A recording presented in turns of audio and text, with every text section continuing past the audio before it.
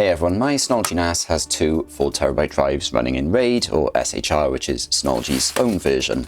However, that's not really enough for me anymore because I actually use more than 4TB because this stores all my CCTV footage.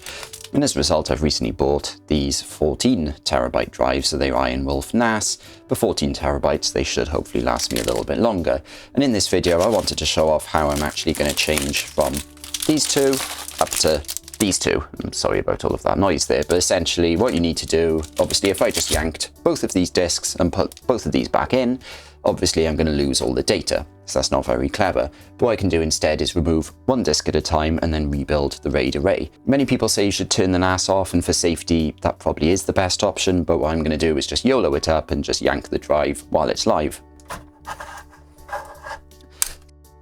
And that actually is the thing that keeps the drive in place. So once that's gone, you can hopefully remove, you just slide the drive out there. So that is the old drive, which was, 4TB, as you can see there. That is the old drive.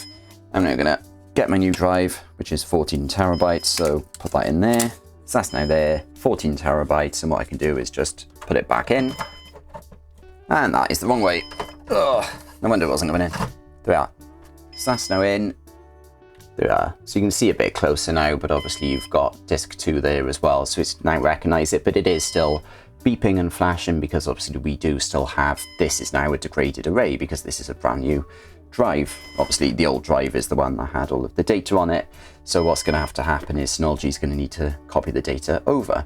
So once that's finished, then I can then yank this drive, and then obviously the data from here will be copied to my new 14TB drive, but obviously I'm going to need to wait quite a long time and keep an eye on the Synology Web Console for that to happen first. And the way I will actually do that, although it's showing up as a healthy drive, it obviously makes clear that the new drive is not in use. So what I'm going to have to do there is go over to manage this drive, repair the storage pool as well, because I don't want to create a separate one. I want to repair the storage pool I've got.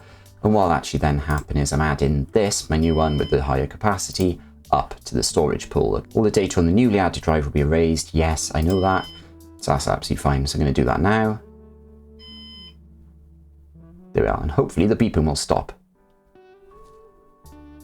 Yes, it has. See?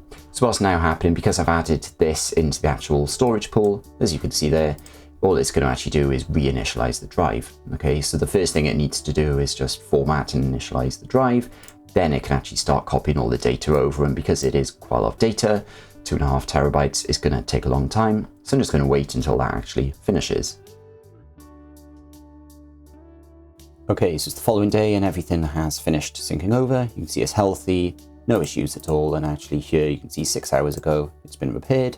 But obviously the drive capacity hasn't gone up yet because it's only as big as the weakest link, so to speak. So we need to now get rid of the other drive and upgrade that. So that's going to be drive 1, which is this one, which we can pull out and replace with this one, the 14TB drive that we looked at previously. So I'm just going to put that back there, and I'm going to yank it again, clip it in, there we are, clip, and clip on the other one as well. There we are, nice and simple. And then that is the drive, which can go back in. There we are, so that's all the way in. There we are. Detected a newly inserted drive that's not in use. We're going to manage that. Repair the storage pool, click on next, obviously select that now in drive 1, and our new capacity now has gone up to 12.7TB. So let's do that, apply, yes, we know that, and the new drive will be wiped, that's fine. And there we have it. So we've got our two healthy drives. And what's happening now is it's going to be reinitializing the drive and copying the data over. Once that's finished, then our total capacity will go up to 12.7TB. So because these drives were RAIDed, or SHR, we could obviously just swap the drives one at a time without losing any data, but obviously you should ideally make backups too. And that wraps up this video. I hope you found it useful. If you did, please click the thumbs up button, and please subscribe to see more videos like this. Thanks for watching.